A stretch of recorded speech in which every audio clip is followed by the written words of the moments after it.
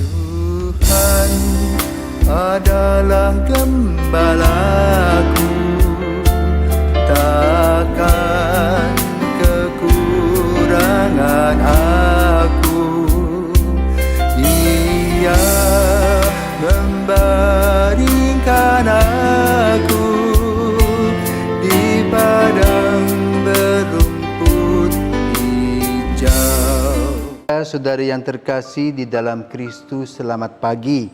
Salam jumpa lagi dalam Sabda Siap Saji, Senin 16 Oktober 2023, hari biasa pekan ke-28. Marilah kita berdoa. Dalam nama Bapa dan Putra dan Roh Kudus. Amin.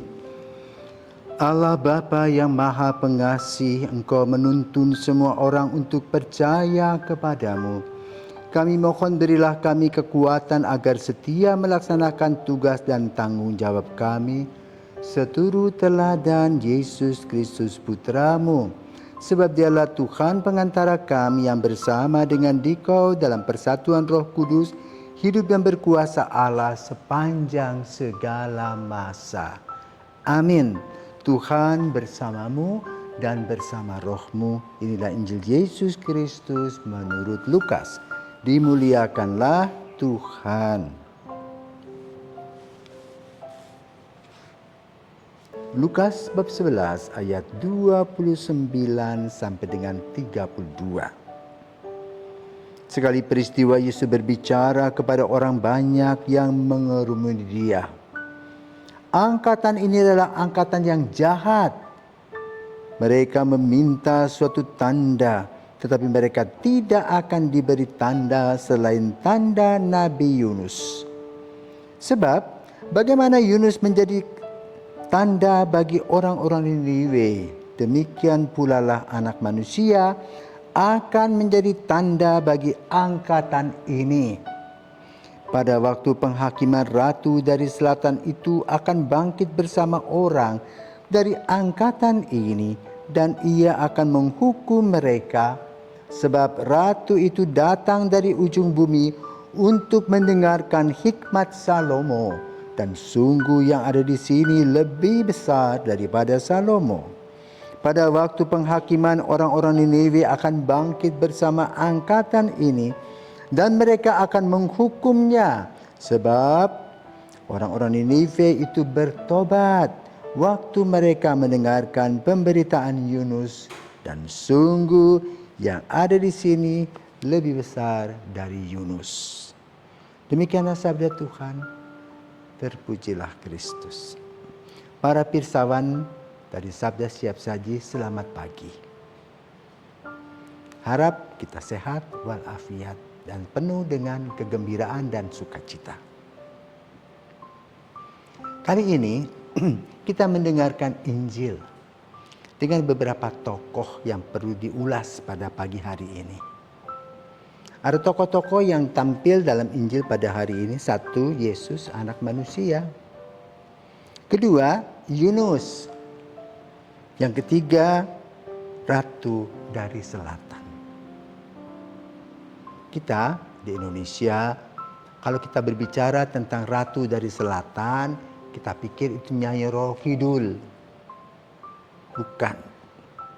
Ya. Pada zaman Salomon, ada Ratu Sheba namanya. Dia bukan orang Yahudi, dia seorang ratu yang kemudian dia mendengar kebijaksanaan Salomo. Karena Salomo juga menuliskan mazmur-mazmur yang indah, yang isinya adalah memuji Tuhan, memuji Yahweh. Ratu Sheba terkesan dengan apa yang didengar tentang Sulaiman, tentang Salomo. Maka dia juga datang membawa upeti sebagai rasa apa? Apresiasi dan sukacita. Dan di sana dia mendengarkan, biarpun dia bukan orang Yahudi, dia mendengarkan kebijaksanaan Salomo. Jadi menjadi sahabat. Ya. Kedua, Yunus dalam profet Yunus kita mendengar bagaimana Yunus sendiri pada awalnya diuji oleh Tuhan. Dia tahu orang-orang Ninive, orang-orang brengsek.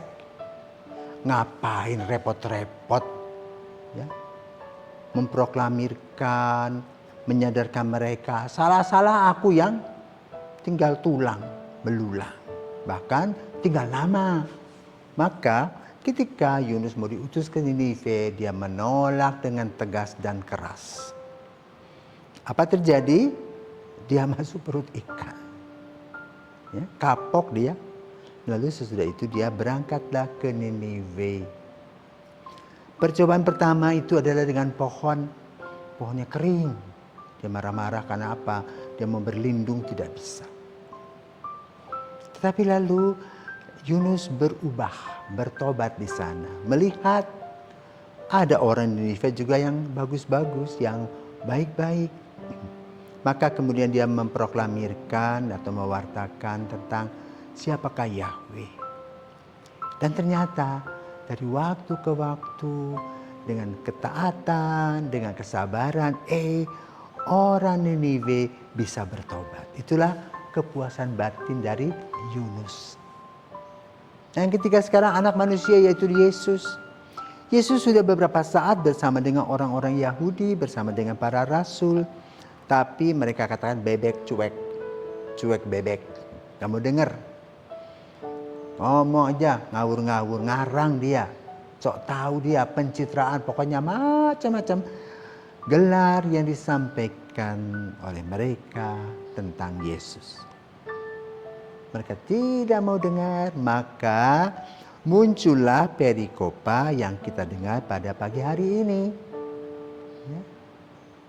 Kalau kamu tidak mau mendengar, karena kamu menjadi tuli, maka berita itu akan didengar oleh yang lain.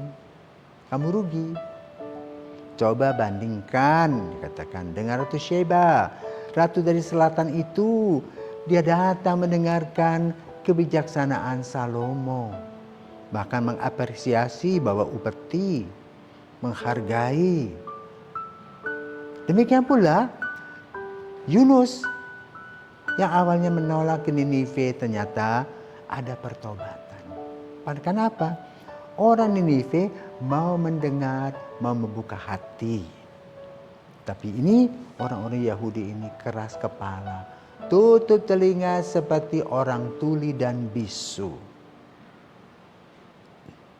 Apa akibatnya?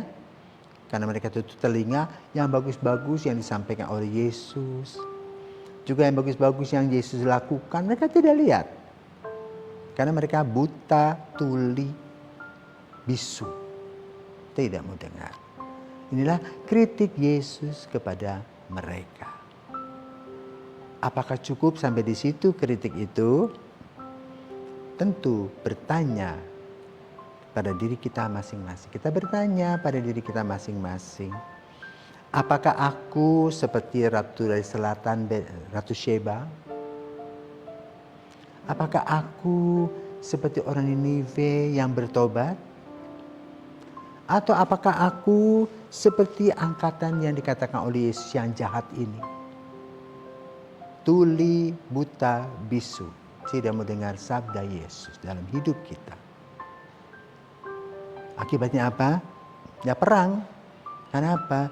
Kita sibuk sendiri dengan kepentingan-kepentingan sendiri dan kita tidak pernah tahu dan tidak mau tahu pendapat orang lain. Akibatnya apa? Berantem, bertengkar, berperang, dan hasil perang adalah penderitaan.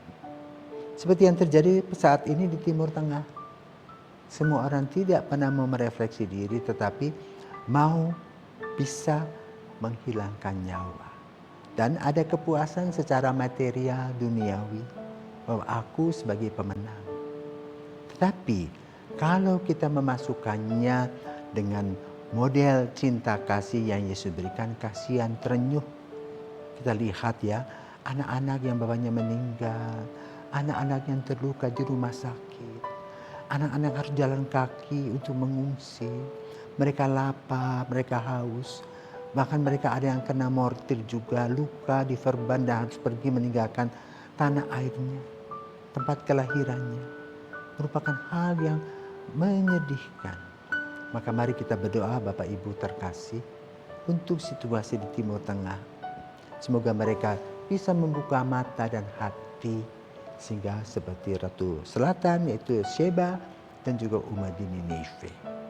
Tuhan memberkati. Selamat pagi.